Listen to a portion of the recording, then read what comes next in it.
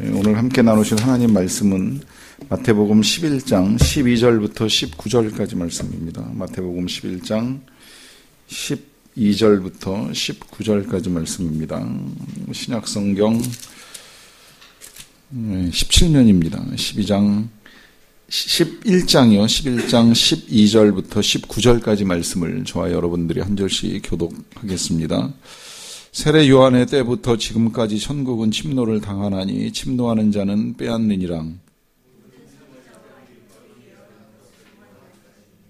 만일 너희가 즐겨 받을진대 오리라 한 엘리야가 곧 이 사람이니라. 이 세대를 무엇으로 비유할까? 비유하건대 아이들이 장터에 앉아 제 동물을 불러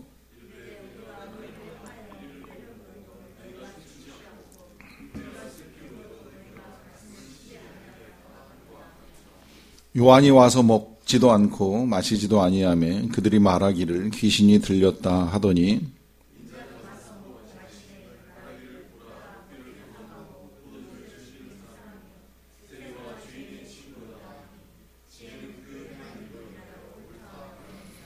아멘. 우리가 다루는 비유의 주제가 하나님의 나라라고 하는 이제 이 전제를 가지고 계속 비유를 이제 다뤄왔습니다. 이 하나님의 나라라고 하는 것은 반드시 예수 그리스도를 통해서 이제 이 땅에 임하고 또 예수님을 통해서 이제 우리에게 드러나고 예수님을 통해서 갈 수 있고 예수 안에서 완성이 됩니다. 그러니까 예수님이 재림하실 때 이제 하나님의 나라가 완성이 되는데 그래서 이 예수 그리스도와 하나님의 나라를 이제 분리해서 생각을 할 수가 없어요. 그러다 보니까 우리가 그 주일날 에베소서 말씀 읽어 나가는 중에 그리스도 예수 안에서라고 하는 표현이 많이 나오게 되고 이제 돌아오는 주일에 이제 그걸 중점적으로 한 번 더 우리가 이제 보게 됩니다. 굉장히 중요한데요. 문제는 이제 이 예수님을 어떻게 보느냐에 따라서 하나님의 나라를 이해할 수도 있고 이해하지 못할 수도 있고요. 또 그렇게 보면 예수 그리스도를 우리가 어떻게 보느냐에 따라 하나님의 나라에 들어갈 수도 있고 못 들어갈 수도 있다는 거예요. 이 일이 되게 중요해요. 그러니까 예수님도 경고를 하신 걸 제가 자주 말씀드리잖아요. 주여 주여 하는 자마다 다 들어가는 것도 아니고 또 주님의 이름으로 뭐 대단한 일을 했다고 해서 하는 것도 아니고 이룰 수 있는 것도 아니고 주님의 뜻에 따라 이제 우리가 하나님의 나라에 이루어야 되는데 이게 생각보다 그렇게 쉬운 일은 아니라는 거예요. 근데 쉽지 않다는 게 어떤 뭐 우리가 수고하고 선행하고 고행하고 애쓰고 하는 일로 인해서 쉽다 어렵다를 말씀을 드리는 것이 아니라 예수님을 제대로 보고 예수님을 이해하는 게 생각보다 그렇게 쉽지 않다는 거예요. 오늘날에도 밖에 이제 사실은 뭐 이 교회를 안 다니는 사람 중에도 그냥 예수를 4대 성현 중에 한 사람으로 그냥 이해하고 있는 사람들도 수없이 많지만 교회를 다니는 사람 중에도 이 예수님 안에 있는 하나님의 나라를 미처 보지 못하고 우리가 이렇게 교회를 드나드니까 하나님이 뭔가 우리에게 주시겠지 막연한 기대를 가지고 이제 살아가는 일들도 일어날 수 있다는 거예요. 이런 실수가 누구에게서까지 일어나느냐면 예수님의 길을 예비하기 위하여 이 땅에 예수님보다 먼저 나셨던 세례 요한한테서도 이런 일이 일어납니다. 세례 요한은 이 마지막 선지자로 예수님보다 6개월 전에 이 땅에 태어나서 예수님의 길을 예비하는 자로 부름을 받았어요. 그리고 그 사역을 해요. 주님이 나타나시기 전에 먼저 광야에서 이 세례를 베풀면서 회개하라 천국이 가까웠느니라 라고 하면서 주님 오실 길을 닦는 이제 작업을 하는 사람입니다. 이제 그런 그가 감옥에 들어가는 일이 생겼어요. 그 일은 그 헤롯 왕이 한 일을 비판하다가 붙잡힌 거예요. 헤롯 왕이 이 동생의 아내를 자기 아내로 취했어요. 권력을 이용해서 동생을 제거하고 그 아내를 자기 아내로 다시 맞이하는 일이 있었는데 이거 잘못된 것이다 이제 비판을 하다가 헤롯 왕에게 잡혀서 감옥에 들어가 있게 됩니다. 이 감옥 생활이 짧고 또 감옥에 있어도 그야말로 어떤 특별한 기적이나 능력에 의해서 아니면 예수님에 의해서 그럼 더더욱 이제 확실해지겠죠. 예수님이 풀어주신다거나 도와주신다거나 예수님이 권력을 잡으신다거나 그 예수님의 힘에 의해서 세례 요한이 감옥에서 풀려나면 그가 맞다 이렇게 생각할 수 있잖아요. 그런데 문제는 세례 요한이 감옥에 갇혀 있는 동안에 어떤 변화도 일어나지 않아요. 예수님께서 권력을 잡으셨다는 소식도 들리지 않아요. 그리고 오히려 그런 이제 염려가 생기는 겁니다. 감옥에 있다가 죽을지도 모른다는 걱정이 생기는 거예요. 실제로 이제 이 감옥 생활 얼마 하지 않아서 세례 요한이 곧 세상을 떠납니다. 어쩌면 그가 그걸 느꼈는지도 몰라요. 내가 이렇게 갇혀 있다가 아무것도 못하고 그냥 이렇게 인생 끝낼 수도 있겠구나라고 하는 불안감이 형성이 되는 겁니다. 이제 그러다 보니까 어떤 일을 하게 되느냐면 제자들이 이 감옥에 있는 세례 요한을 면회 왔을 때 제자들에게 부탁을 해요. 가서 그 예수님께 한번 좀 여쭤봐라. 오실 그 이가 당신입니까? 아니면 우리가 또 다른 누구를 기다려야 됩니까? 라고 질문을 해요. 이 질문은 무슨 이야기예요? 세례 요한의 마음속에 의심이 생긴 거예요. 그가 먼저 와서 길을 예비하고 그 예수님 자기가 생각할 땐 그의 신발끈을 매는 것도 감당하지 못하겠다. 나는 물로 세례를 베풀지만 이 예수님은 성령으로 세례를 베푸실 것이다. 그가 분명히 그렇게 증거했음에도 불구하고 정작 시간이 흘러가니까 그가 맞나? 그가 진짜 하나님의 아들인가? 우리가 기다려야 되는 분이 그분이 맞는가? 아니면 또 다른 누군가를 기다려야 되나? 의심이 세례 요한의 마음속에 자리를 잡습니다. 무서운 일이지요. 이런 일은 사실은 우리도 겪을 수 있는 일들이에요. 이게 이제 우리의 문제들이 풀리지 않을 때, 그 문제가 길어질 때, 답이 보이지 않을 때, 답이 보이기는커녕 오히려 더 절망이 커지면 하나님이 우리를 도우시나 그 도우심을 우리가 계속 기다려도 되나 또 다른 방법을 찾아야 되나 이제 그런 실수 저지른 사람이 아브라함이잖아요. 기다리다 10년 기다렸는데 아내가 임신할 생각이 전혀 안 보이니까 결국은 하갈에게서 아이를 낳아야 되겠다는 이제 인간적인 생각을 해보게 되는 거죠. 이런 의심이 예수님의 길을 위해서 수고하던 이 세례 요한에게도 생겼다는 건 그만큼 예수님을 보고 이해하는 것이 어렵다는 거예요. 믿기가 쉽지는 않다는 거예요. 뭐 우리가 잘하고 못하고를 떠나서 예수님을 하나님의 아들로 받아들이는 이 일이 생각보다 어려울 수 있다는 말씀을 드리는 이유는 이제 여기에 있습니다. 그러다 보니까 예수님이 세례 요한의 제자들에게 답을 하셨어요. 가서 너희가 본대로 전해라. 뭘 봤느냐면 맹인이 눈을 뜨고 못 걷는 사람이 걷게 되고 나병 환자가 깨끗하게 되고 못 듣는 자가 듣는 일이 일어나고 심지어 죽은 자가 살아나는 일이 일어난다라고 하는 걸 너희들이 본 대로 가서 세례 요한에게 전하라 그래요. 제자들 입장에서는 이 예수님의 대답이 조금 불확실하게 들릴 수 있어요. 사람이 그렇잖아요. 이런 질문 받으면 그렇다 안 그렇다 이렇게 명백하게 얘기해 주면 좋잖아요. 우리나라 정치인들 보면 왜 다음에 대권 도전하세요 안 하세요 그러면 할 것 같기도 하고 안 할 것 같기도 하고 확실하게 대답 안 하는 정치인들 지금까지 많이 있잖아요. 그러다가 눈치 봐서 나올 만하면 나오고 나오지 않을 것 같으면 안 나오는 식으로 이제 태도를 어정쩡하게 취하는 정치인들이 많은데 꼭 예수님 지금 대답이 그런 거 같이 보이는 거예요. 맞아, 내가 바로 그 사람이야 라고 말씀을 하시든지 아니면 아니야, 난 아니야. 나의 뒤에 누군가를 기다려야 돼 라고 말씀을 하셔야 되는데 그렇게 명백하게 말씀하지 아니하시고 가서 본 대로 전해. 이런저런 기적들이 나타나잖아. 그렇게 가서 말해. 이제 이렇게 말씀을 하신 거예요. 왜 그런지는 조금 이따 이제 설명드리긴 할 터인데요. 그렇게 해서 세례 요한의 제자들을 떠나 보내신 우리 예수님께서 이제 말씀을 거기서 멈추지 않고 다시 예수님의 제자들에게 이제 더 말씀하시는 내용이 이제 오늘 저와 여러분들이 보는 본문입니다. 근데 그것도 이제 너무 기니까 잘라서 비유를 중심으로 해서만 보게 되고 그 앞에 있는 말씀들은 우리가 읽지는 않았는데 그 내용도 조금 보면 더 좋을 것 같아요. 이제 무슨 말씀을 하시냐면 이 세례 요한이 어떤 사람이냐라고 했을 때에 그 세례 요한에 대해서 설명을 해주는 거예요.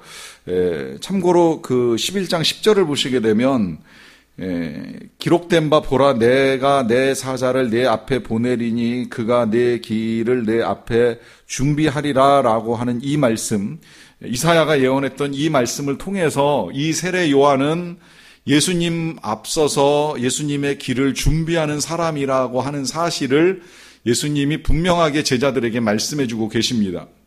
그러니까 이 말은 무슨 이야기가 되는 거예요? 세례 요한은 예수님의 길을 준비하는 사람이 맞고 예수님은 세례 요한이 기다렸던 그 사람이 맞다는 거예요. 틀림이 없다는 걸 확인시켜 주는 거예요. 그러면서 11절 또 보시게 되면 내가 진실로 너희에게 말하노니 여자가 낳은 자 중에 세례 요한보다 큰 이가 일어남이 없도다. 그러나 천국에서는 극히 작은 자라도 그보다 크니라 라고 하면서 세례 요한에 대해서 칭찬같이 말씀하시면서 칭찬 아닌 것처럼 결론을 내리세요. 조금 혼란스럽지 않으세요? 왜 이렇게 말씀하시는지. 여자가 낳은 자 중에 세례 요한보다 큰 사람 없다 그러면 무슨 이야기예요? 여자가 낳지 않은 사람이 세상에 어디 있겠어요? 그 세상에 태어난 모든 사람들 중에 세례 요한보다 훌륭한 사람은 없다라고 하는 극찬을 하셨어요.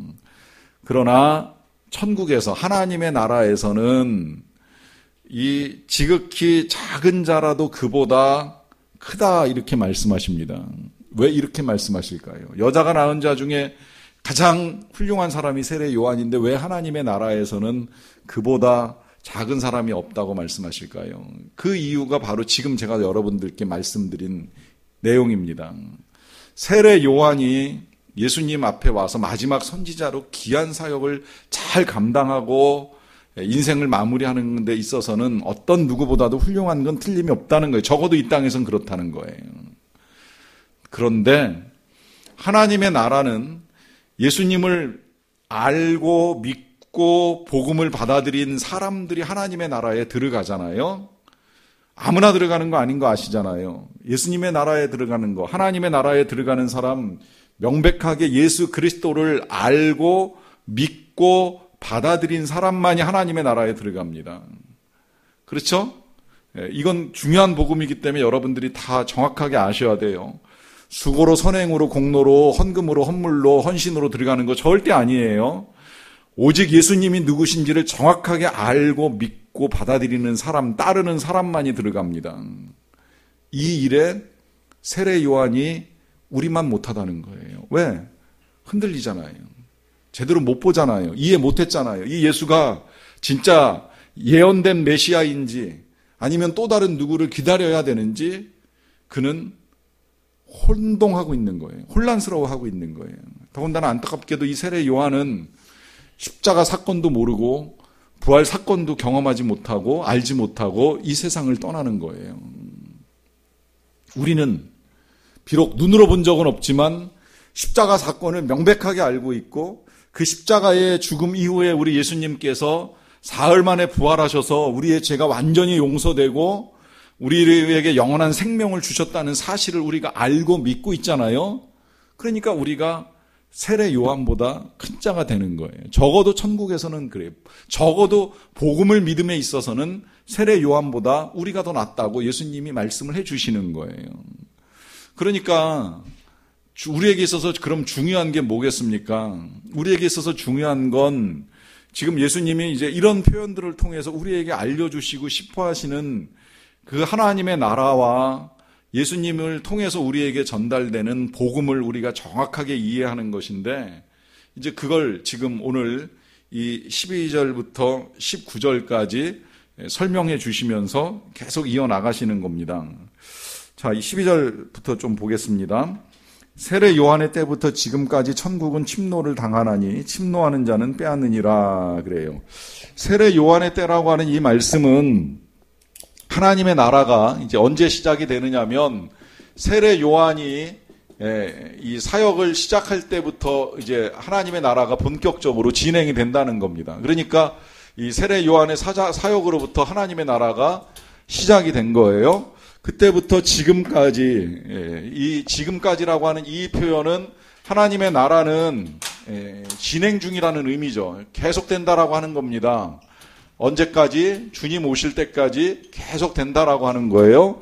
근데 그 계속되는 과정 중에 어떤 일이 일어나느냐라고 하면 침노를 당한다 그래요. 침노를 당한다. 근데 이 침노를 당한다라고 하는 이 표현이 마치 공격을 받는 것처럼 이제 그렇게 느껴집니다.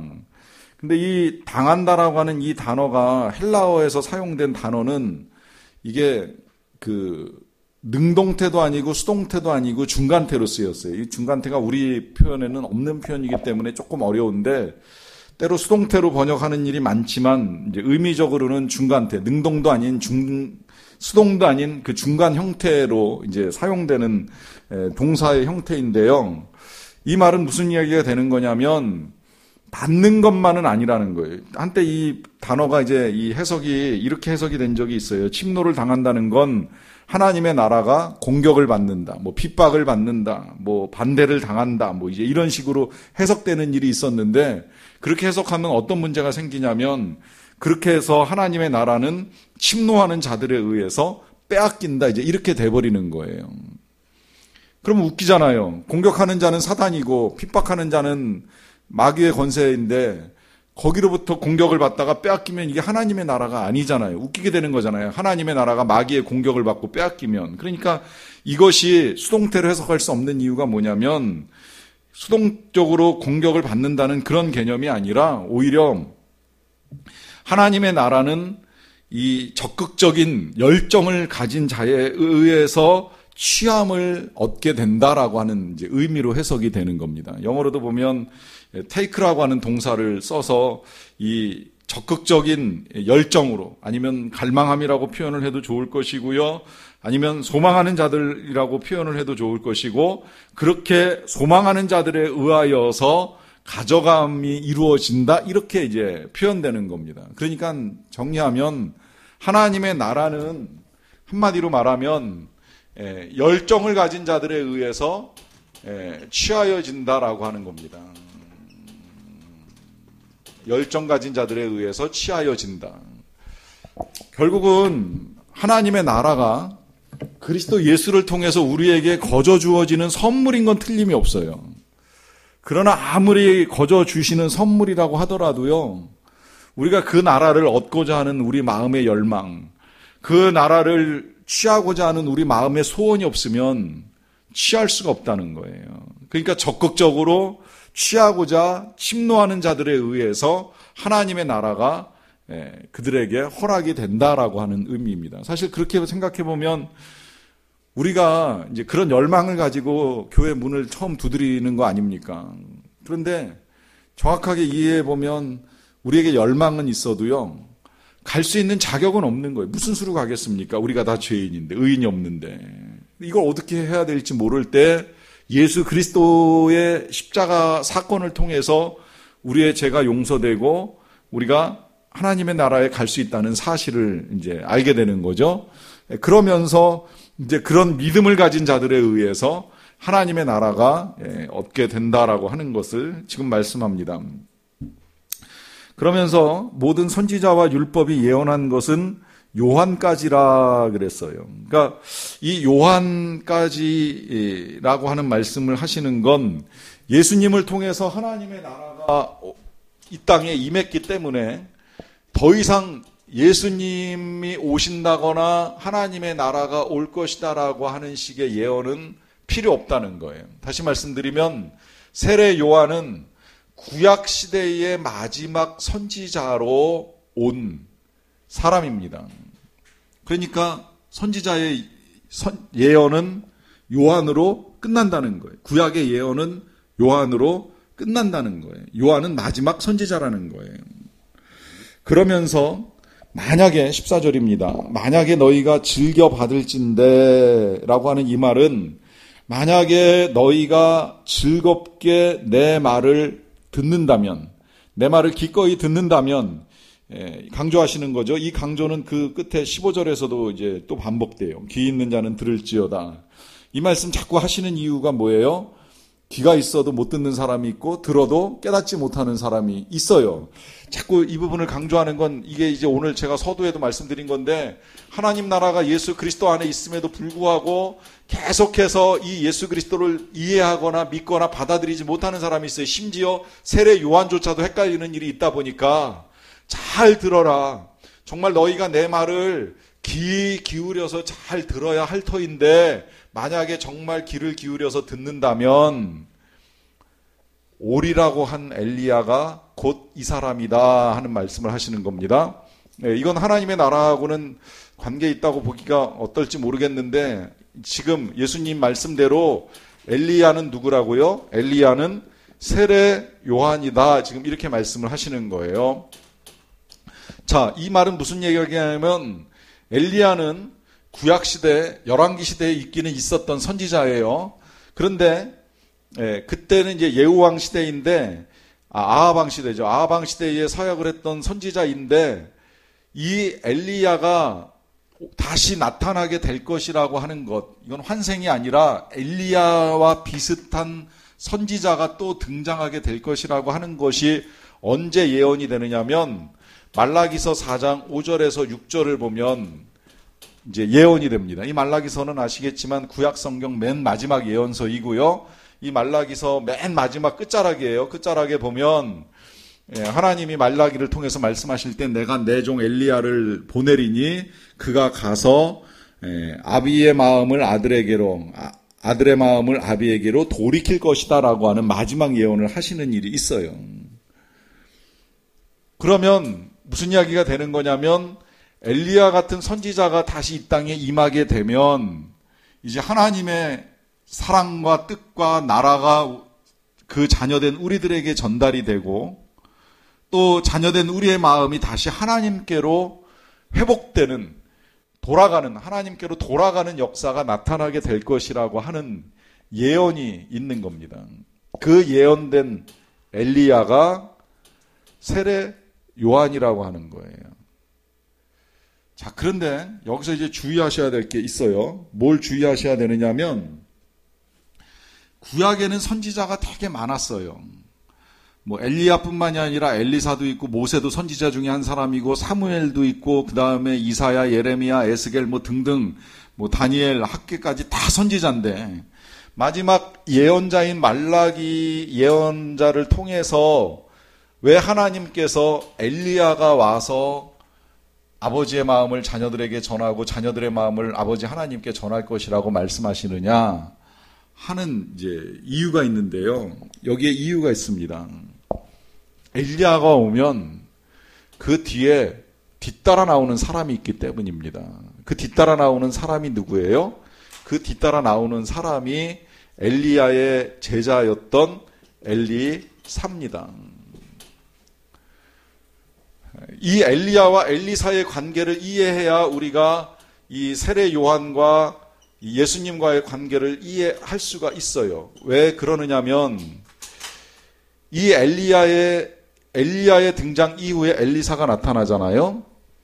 근데 우리가 그 성경을 보다가 이제 혼란에 빠지는 것 중에 한 가지가 뭐냐면, 구약에 있는 많은 선지자들 중에 이 엘리야를 이제 대단한 선지자로 이해합니다. 이제 거기 몇 가지 이유가 있어요. 그건 뭐냐면, 일단 하늘에서 불 내리는 그 사역, 이 바알 왕의 선지자 850명하고 맞섰을 때 하늘에서 불 내리는 그 특별한 사역을 이제 하는 일이 있고, 이제 그것이 뭐 찬양으로도 이제 이 불리우는 일이 있고 이제 하다 보니까 엘리야가 굉장히 큰 사람으로 이제 이해가 돼요. 그런데다가 예수님이 변화산에 올라가셨을 때에 그 변화산에서 예수님이 만난 두 사람이 모세와 엘리야 아닙니까? 그러다 보니까 구약의 사람 중에, 인물 중에 이 모세와 엘리야가 이제 가장 큰 인물처럼 이해되는 이제 일이 있습니다. 근데 이것 때문에 이제 우리가 엘리사를 잘 못 보는 일이 일어나는데요. 성경을 잘 읽어 나가다 보면, 물론 엘리야를 우리가 뭐 이제 낮게 볼 이유는 없는데, 모세나 엘리야 말고도 실은 훌륭하기로 따지면 때때로 다니엘서 같은 경우에는 모세와 사무엘을 더 귀하게 여깁니다. 모세와 사무엘 같은 사람이 여기 있을지라도 지금 구원받기 쉽지 않다. 이제 이런 말을 통해서 엘리야보다 모세를 좀 더 높게 생각하는 사무엘을 더 높게 이제 보는 경향이 있기도 해요. 그거보다 더 중요한 건 뭐냐면 이 엘리사가 엘리야의 그 불 내리는 사건에 의해서 가려져 있기는 하지만 엘리사의 사역을 잘 들여다보면 그가 예수님이 하실 일들을 미리 다 보여준 선지자입니다. 예를 들면 물론 엘리야도 이 불 내리는 거 이외에도 여러 가지 사역들을 하기는 했어요. 그런데 엘리사는 더 특별한 사역들을 많이 하는 게 뭐냐면 먹을 수 없는 물을 생수로 바꾸는 사역도 하고요. 또 이 사마리아화가 포위됐을 때 사마리아 백성들 전체가 먹을 수 있는 밀가루를 공급하는 사역도 해요. 마치 오병이어의 기적 같은 일이 일어나요. 그리고 죽은 그 수냄 여인의 아들을 살려내는 일도 하고 오늘 예수님 표현대로 나병 환자였던 나아만 장군을 깨끗하게 이제 고치는 사역도 해요. 거기다가 그 나중에 전쟁 치를 때 보면 이스라엘이 이 베나닷의 군대에 의해서 완전히 에워싸여가지고 멸망 직전에 있을 때에 그가 불말과 불병거를 드러내가지고 그 모든 군사들에게 혼란을 일으키면서 싸우지도 않고 전쟁을 승리로 이제 이끄는 이제 이런 역사까지 실은 읽어보면 엄청난 일들을 굉장히 많이 한 구약의 최고 선지자는 엘리사입니다. 이름도 그래요. 이름도 엘리야는 야훼 곧 그가 엘 하나님이다라고 하는 의미를 가지고 있는 거고요.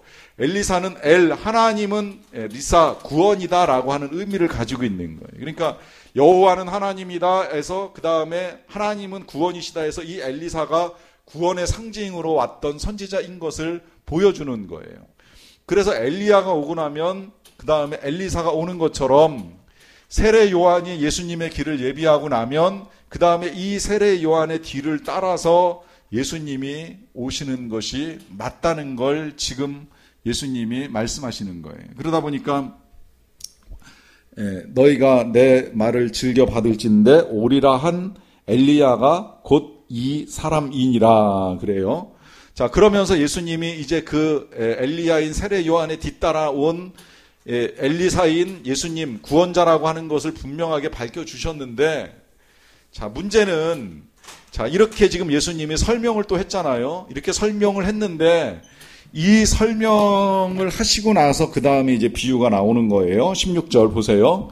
이 세대를 무엇으로 비유할까? 비유하건대 아이들이 장터에 앉아 제 동물을 불러 이르되 우리가 너희를 향하여 피리를 불어도 너희가 춤추지 않고 우리가 슬피 울어도 너희가 가슴을 치지 아니하였다 함과 같도다 그래요.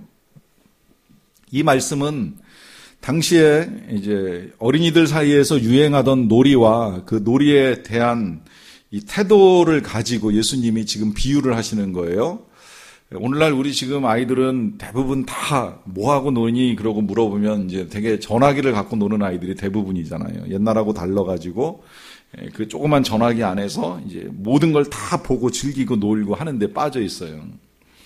여기 뭐 저뿐만이 아니라 뭐 이제 저랑 비슷한 시대를 사셨던 분들은 어렸을 때 뭐하고 노셨습니까? 그러면 되게 뭐 진짜 동네 친구들하고 그냥 몸으로 노는 일들 많이 하셨을 거라고 생각이 돼요. 제 기억 속에도 이제 몸으로 뭐 술래잡기 하고 뭐 담방구 같은 거 하고 뭐 아니면 땅바닥에다가 이렇게 이제 그림 그려서 놀거나 돌멩이 가지고 놀던 이제 그런 기억 가지고 있는데요. 이 놀이가 지금 예수님 시대의 놀이가 별로 발달되지 않은 시대 아닙니까? 그러다 보니까 이제 아이들이 제일 많이 하는 놀이. 우리 왜 어린아이들이 제일 많이 하는 놀이 중에 하나가 소꿉놀이라고 하는 것이 뭐냐면 이 아이들이 어려서 제일 많이 보는 게 어머니가 밥하고 빨래하고 집에서 이제 살림하는 이걸 제일 많이 보다 보니까 소꿉놀이라고 해서 이제 그 놀이를 제일 많이 하잖아요. 이제 그런 아이들이 집 밖에 나와서 제일 특별하게 보고 인상 깊게 보는 일이 결혼식과 장례식입니다. 이것도 지금 또 달라요, 우리하고. 우리는 장례식이 이제 병원에서 진행되다 보니까 아이들이 통상적으로 일상 속의 장례식이 어떻게 진행되는지를 볼 기회가 전혀 없어요. 자기 집안 식구 누가 돌아가시기 전에는 아이들이 장례를 볼 수 있는 방법이 없어요. 그런데 예수님 당시에는 누구네 집에 장례 났다 그러면 동네 사람 다 가서 문상하지요. 그리고 장례난 그 집에서 운구할 때 그 집을 떠나서 그 시신이 이 마을 밖에 공동묘지에 가서 묻힐 때까지 그거를 동네 사람들이 다 줄지어서 가서 보는 일이 있다 보니까 아이들이 그걸 특별하게 보게 되고 그 특별한 걸 가지고 아이들이 놀이를 하는 거예요. 그러니까 야 우리 뭐 할래? 그러면 제일 많이 하는 게 우리 장례식 놀이 할래? 아니면 그 다음에 이제 어쩌다가 한번 누구네 집 잔치래 그래서 이제 가보면 혼인잔치 하는 거니까 그 결혼식 많이 구경해서 이제 결혼잔치를 아이들이 따라서 노는 일이 있습니다. 이제 그 일을 하는 과정 중에 결혼식 가보면 피리 부는 사람이 있고 그 옆에서 춤추는 사람이 있는 거예요. 흥을 돋우기 위해서 이제 그런 사람들이 있는 거죠. 그러니까 나는 피리 불 테니까 너는 춤춰 이제 이러면서 결혼식 놀이 하는 거예요. 또 장례식 놀이 하려고 그러면 그래 그러면 나는 우는 사람 흉내 낼 테니까 너는 그러면 가슴을 치는 이제 일을 해라 이제 이러면서 놀이가 형성되는 거예요. 그런데 문제는 뭐냐면 그렇게 하고 싶은데 나는 피리를 부는데 왜 춤을 추지 않느냐. 나는 슬퍼 울고 있는데 왜 가슴을 치지 않느냐라고 하면서 이제 이 반응 없는 친구들의 이야기가 마치 유행처럼 이제 퍼지는 일들이 일어난다는 거죠. 근데 예수님이 지금 그 비유를 가지고 와서 지금 제자들에게 이 말씀을 하시는 거예요. 한마디로 말하면 지금 예수님이 이와 같은 비유를 말씀하시는 이유는 뭐예요? 그 비유를 말씀하시는 이유는 반응이 없다는 거예요, 반응이. 그럼 무슨 반응일까? 반응이 필요한데 피리를 불면 춤을 추든지 슬피 울면 가슴을 치든지 뭔가 반응이 필요한데 이 시대를 무엇으로 비유할까? 이 시대는 반응 없는 시대라는 거죠. 그러면 무슨 반응이 필요할까요? 그 반응이 18절에서 이렇게 이제 예수님이 말씀을 합니다. 요한이 와서 먹지도 않고 마시지도 아니하니까 그들이 말하기를 귀신이 들렸다 그래요. 자, 요한이 먹지 않고 마시지 않은 이유는 귀신 들려서가 아니죠. 왜 먹지 않고 마시지 않는 거예요? 먹지 않고 마시지 않는 거는 그가 금욕 생활을 통해서 더 거룩하게 경건하게 하나님께 나아가는 일을 하고 싶었던 거예요. 그리고 요한이 했던 가장 주된 사역은 회개를 전파하는 거였어요. 회개하라, 천국이 가까웠다. 지금 욕심부렸던 군인들, 세리들 다 회개하고 하나님 앞에 나와라. 그리고 거듭남의 표시로 세례를 받아라 라고 하는 이 외침을 외칠 때에 그 외침을 위하여서 요한이 금식하고 하는 일들이 있었는데 늘 굶고 먹지 않으니까 사람들은 그가 귀신이 들렸다 그래요. 왜 이런 표현까지 나올까요? 여러분, 이 사람이 자기의 잘못을 드러내기 싫어할 때 때때로 상대방의 흠을 내는 경우들이 있다는 거예요. 제가 어제 전에 섬겼던 교회 권사님 한 분이 오래간만에 전화를 하셔가지고 전화로 잠깐 상담을 해드리는 일이 있었는데 어떻게 하다가 이제 시골에 가셔서 한 20명 정도 이렇게 출석하는 교회에 출석을 하시게 됐는데 이제 거기서 조금 오해를 받으셔가지고 이제 되게 힘드셨던 것 같아요. 그러니까 이제 그 힘든 말씀들을 이렇게 쭉 해주시면서 이제 어떻게 하면 좋을지 이제 그 부분을 말씀하시다가 이제 그 힘든 게 그 교회 이제 담임 목사님과의 관계 속에서 이제 힘들다 보니까 이제 이걸 어떻게 풀어나가는지에 대한 이제 고민을 이제 말씀을 해주시는 일이 있으셨어요. 그래서 이제 말씀을 쭉 듣고 나서 뭐 제가 필요한 이제 몇 가지를 이제 정리를 해서 말씀을 해드리는 이제 과정 중에 이제 그런 말씀을 해드렸어요. 권사님이 맞고 또 틀리지 않았다고 할지라도 주의하셔야 될 건 자칫 잘못하면 권사님의 옳음 때문에 목사님을 잘못됐다라고 끌어내리는 이제 위험을 조심하십시오라고 하는 이제 부탁을 드리는 일이 있었어요.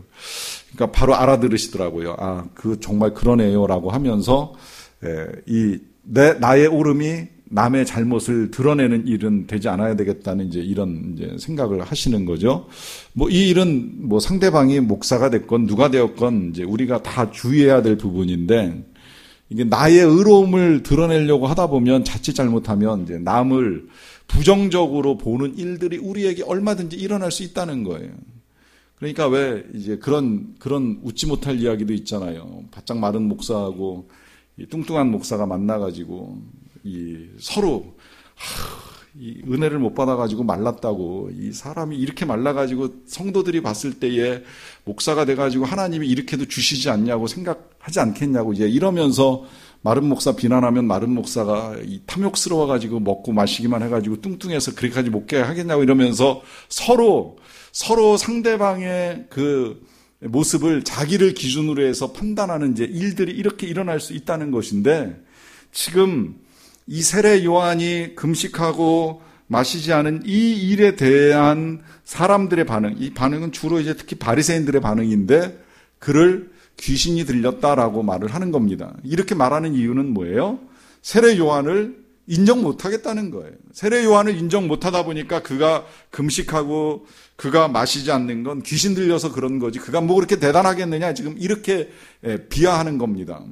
반대로 그러면 19절에 보시면 인자는 예수님인데, 이 예수님이 오셔서 먹고 마시니까 또 이 예수님에 대해서는 말하기를 보라 먹기를 탐하고 포도주를 즐기는 사람이요 세리와 죄인의 친구로다라고 하면서 비난을 해요. 그러니까 무슨 이야기가 되는 거예요? 먹으면 먹는다고 비난하고, 안 먹으면 안 먹는다고 비난하고, 결국은 이것도 싫고 저것도 싫다, 나만 옳다, 이게 문제라는 거예요. 자기 자신만 옳다 생각을 하다 보니까 이제 이게 가장 큰 문제예요. 자, 여기서 지금 이 반응의 가장 큰 문제는 뭐냐면, 내가 옳으니까 세례 요한 방식의 금식도 싫고 예수님 방식의 먹기를 탐하는 것도 싫고 난 나의 길을 가련다라고 하면서 결국은 예수 그리스도께 반응하지 않는, 이것이 하나님의 나라를 우리가 취할 수 없는 이유가 된다는 거죠. 그러면 이제 중요한 건 저와 여러분들은 그럼 어떻게 해야 되느냐라고 하는 질문 앞에 나오는 건데요. 그 질문을 예수님이 여기서 이제 끝에 이렇게 말씀하십니다. 지혜는 그 행한 일로 인하여 옳다함을 얻는다라고 하는 거죠. 자, 그러면 이 행한 일은 뭐고 지혜는 뭐냐라고 했을 때, 그러니까 결국은 우리가 예수님의 말씀을 잘 듣고 깨닫는 그 지혜는 우리의 행한 일로 나오는데, 이 행한 일은 결국 반응이라는 겁니다.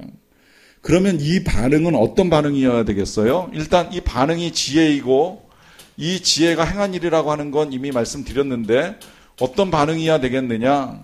그걸 예수님이 이미 비유로 딱 명료하게 가르쳐 줬어요. 피리 소리가 들리면 춤춰야 되고요, 슬피 우는 소리가 들리면 가슴을 쳐야 됩니다. 이 말은 무슨 이야기가 되는 거냐면, 우리의 잘못, 우리의 죄, 우리의 허물에 대한 지적이 들리면 우리가 보여야 될 반응은 애통하면서 회개하는 게 필요한 겁니다. 그러나 그러한 우리의 죄를 우리 예수님이 십자가에서 용서하셨고 우리를 구원하셨고 살리셨고 생명을 주셨고 하늘에 앉히셨고 영원하게 살 수 있는 은혜를 베풀어 주셨다라고 하는 복음이 우리의 귀에 들리면 어떻게 해야 돼요? 춤춰야 된다는 거예요. 기뻐하고 감사해야 된다는 거예요. 이 반응이 필요하다는 거예요. 하나님의 말씀을 듣고 애통하며 회개를 하든지 아니면 찬송하면서 감사를 하든지, 그러한 우리의 반응이 지혜가 되는 것이고, 이 지혜로 말미암아 우리가 하나님께 옳다 인정함을 받고 하나님 나라에 들어갈 수 있는 하나님의 백성이 된다는 겁니다. 사실 이 비유를 저는 오래전부터 우리 시대하고도 크게 다르지 않다라고 하는 생각을 이제 많이 했어요. 우리 시대 예수님 전하면 사람들이 잘 안 들어요. 갈수록 전도는 힘들어져요. 이게 교회 밖에서 전도할 때만 나타나는 현상이 아니라 교회 안에서도 때때로 말씀을 전하면서 함께 춤을 춰보자고 잔치를 벌여보자고 할 때도 있고, 또 함께 가슴을 치며 회개를 해보자고 할 때도 있는데 때때로 정말 춤을 추는지 아니면 가슴을 치는지에 대한 의문이 생깁니다. 지난 가을에 우리 교회를 다녀가셨던 그 김남준 목사님께서 요즘 이제 강사로 이렇게 교회들을 다녀보면 이제 옛날과 같지 않아서 똑 이 비유를 사용하셨어요. 피리를 불어도 춤추지 않고 슬피 울어도 가슴을 치지 않는 그런 시대라 하는 말씀하시는 걸 듣는 일이 있었는데 저도 그런 생각을 참 많이 했었어요. 계속 뭔가 우리가 해야 되는 건 틀림이 없는데 그 일을 하고자 하는 일에 대한 반응이 없을 때 이제 그런 느낌이 드는 거죠. 모르겠어요. 그냥 교회 행사니까 뭐 반응을 할 수도 있고 안 할 수도 있고 뭐 좋아할 수도 있고 싫어할 수도 있고 상관은 없는데 적어도 우리가 주님께 대하여서만큼은 우리의 반응은 분명해야 됩니다. 왜냐하면 그 주님께 반응하지 않고서 하나님의 나라가 우리의 삶에, 우리의 마음에, 우리의 영원한 삶 가운데 이루어지지 않기 때문이에요. 그 일을 위해서 오늘 주님을 바르게 보고 바르게 반응하라고, 회개하고 감사하고 기뻐하라고 저와 여러분들에게 말씀하십니다. 이 말씀에 반응하는 우리 모두가 되기를 간절히 바랍니다.